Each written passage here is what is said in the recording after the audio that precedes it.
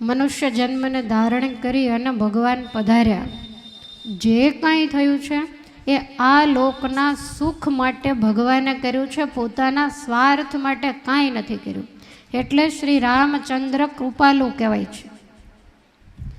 ભગવાનનો હંમેશા એવો નિયમ છે કે કોઈ મને એક વેંત નમે તો મારે એને એક હાથ નમવું.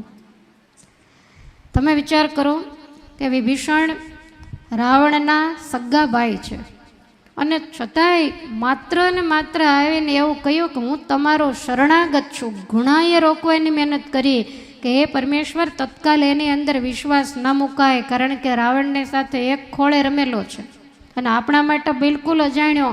હે પરમેશ્વર, એને જન્મ આપ્યા પછી તમે પણ નથી જોયો અને અમે ક્યારેય જોયો નથી, માટે એને શરણો ન અપાય. અને છતાંય પરમાત્માએ એને શરણું આપ્યું છે અને એટલા માટે રામચંદ્ર કૃપાલુ છે. ભગવાન શરણાગત પ્રતિપાલક છે, શરણાગત વત્સલ છે.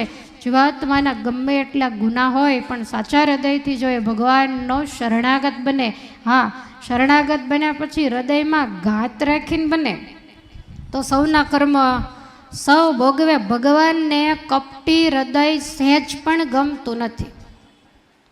સમજાય છે? કપટી હૃદય એટલે શું?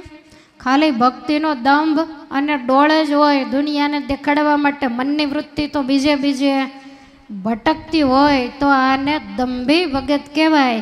એ આખો દિવસમાં કદાચ 1000 માળા ફેરવે તોય ઠાકોરજીને એની સાથે કોઈ જ મતલબ નથી. વિભીષણે ક્યારેય માળા ફેરવે જ નથી. શબરીજીની આગળ તો હતી જ નહીં, તો બિચારા આમ રામ રામ બોલતા. હું બોલું અને રામ ગણે, આવી જ એની પરમાત્માને વિશે નિષ્ઠા. તો એ ભગવાન દયાળુ ચોક્કસ છે અને જીવનું કલ્યાણ કરવા માટે જ આ ધરતી ઉપર આવ્યા છે. કંઈ ફરવા માટે કે એને કાંઈ શોખ નહોતો એટલા આવ્યા હોય. અને જેટલા ભગવાનના અવતારો થયા એને આ ધરતીવાળાએ શાંતિથી જીવવા દીધા છે.